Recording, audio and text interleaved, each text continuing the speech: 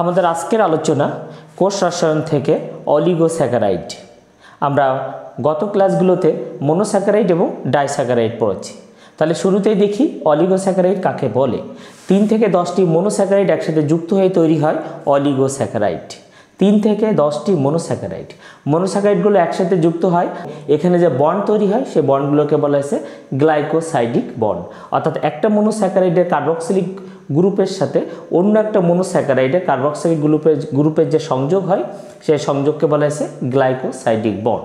এরকম 3টি মনোস্যাকারাইড যদি একসাথে যুক্ত হয় তাকে আমরা বলে থাকবো ট্রাইস্যাকারাইড, এবং 4টি মনোস্যাকারাইড যখন একসাথে যুক্ত হয় সেগুলোকে আমরা বলবো টেট্রাস্যাকারাইড, এবং 5টি মনোস্যাকারাইড যদি যুক্ত হয় তাকে আমরা বলবো পেন্টাস্যাকারাইড। তাহলে চলো দেখি আমাদের আজকের ট্রাইস্যাকারাইড।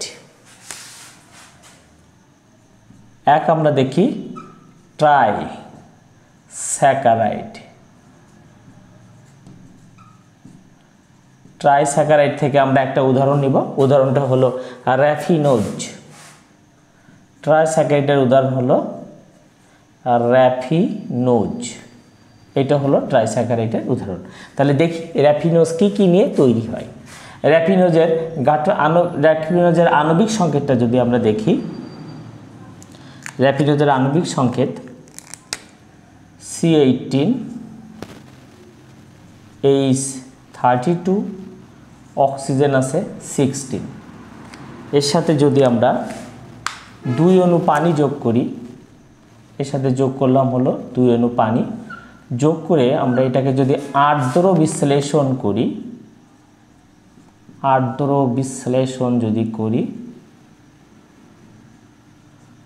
বিশ্লেষণ করলে কি পাওয়া যায়? C6H12O6 plus C6H12O6 plus C6H12O6। তাহলে এটা হলো গ্লুকোজ পেলাম। এটা হলো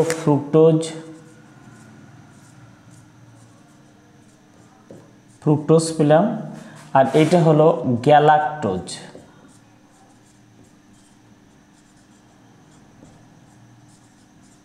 তাহলে আমরা কি দেখলাম? র্যাফিনোজকে যদি আমরা আর্দ্র বিশ্লেষণ করি তাহলে এক অণু গ্লুকোজ পাবো, এক অণু ফ্রুক্টোজ পাবো এবং এক অণু গ্যালাক্টোজ। এটা ছিল আমাদের ট্রাইস্যাকারাইড।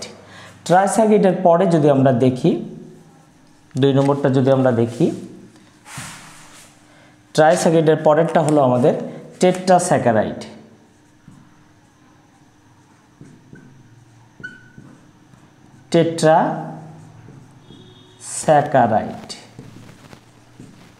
টেট্রাস্যাকারাইড অর্থাৎ 4টা মনোস্যাকারাইড যদি আমরা একে আর্দ্র বিশ্লেষণ করি তাহলে 4টা মনোস্যাকারাইড পাবো।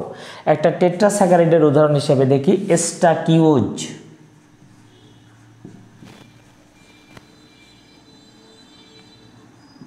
স্টাকিওজ হলো আমাদের টেট্রাস্যাকারাইডের উদাহরণ, অর্থাৎ একে আর্দ্র বিশ্লেষণ করলে আমরা 4 অণু মনোস্যাকারাইড পাবো। এবার স্টাকিওজ দেখে আসি। স্টাকিওজের আণবিক সংকেত C14 C24 H42 আর অক্সিজেন হলো 21। এটা হলো আমাদের স্টাকিওজের আণবিক সংকেত।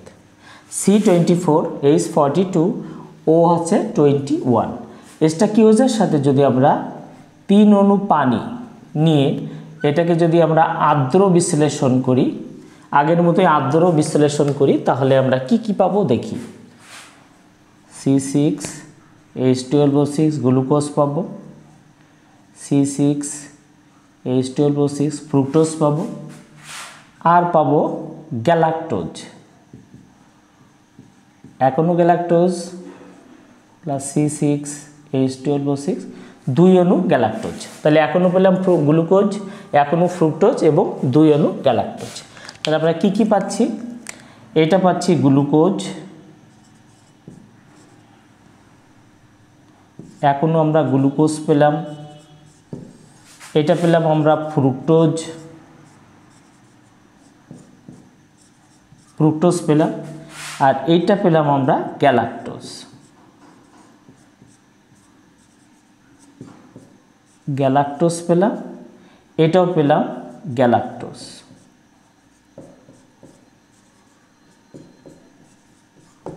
তাহলে কি দেখলাম? টেট্রাস্যাকারাইড। টেট্রাস্যাকারাইডের উদাহরণ হলো স্টাকিওজ।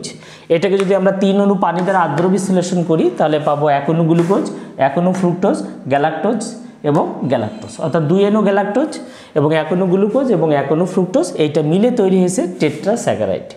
আমাদের এবারে আলোচনা হলো পেন্টাস্যাকারাইড। তাহলে দেখে আসি আমাদের পেন্টাস্যাকারাইড নিয়ে কি আলোচনা আছে। পেন্টাস্যাকারাইড,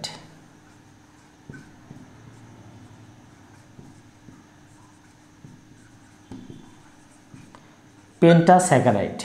পেন্টাস্যাকারাইডের উদাহরণ হলো ভার্বাকোজ।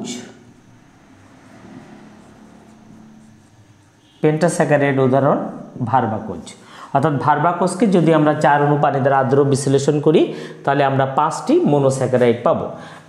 ভার্বাকোজের আণবিক সংকেতটা দেখি আমরা। C30,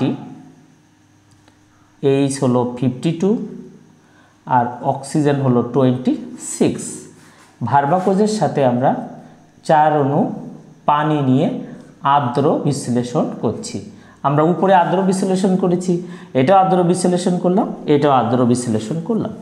বিশ্লেষণ করে আমরা কি পাচ্ছি? C6H12O6 পাচ্ছি plus C6H12O6 plus C6H12O6 plus 1টা 2টো 3টে C6H12O6 প্লাস C6H12O6। তাহলে 1টা 2টো 3টে 4টে 5টি মনোস্যাকারাইড আমরা পেয়ে গেছি ভার্বাকোজকে আর্দ্র বিশ্লেষণ করে। মনোস্যাকারাইডগুলোর নাম দেখে আসি। এটার নাম হলো গ্লুকোজ, এই মনোস্যাকারাইডটা হলো গ্লুকোজ, এই মনোস্যাকারাইডটা হলো ফ্রুক্টোজ, ফ্রুক্টোজ, আর এই মনোস্যাকারাইডগুলোর নাম হলো গ্যালাক্টোজ।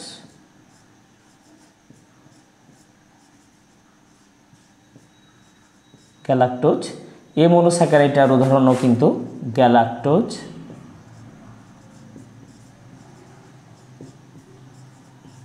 আর এই মনোস্যাকারাইডের উদাহরণ হলো গ্যালাক্টোজ।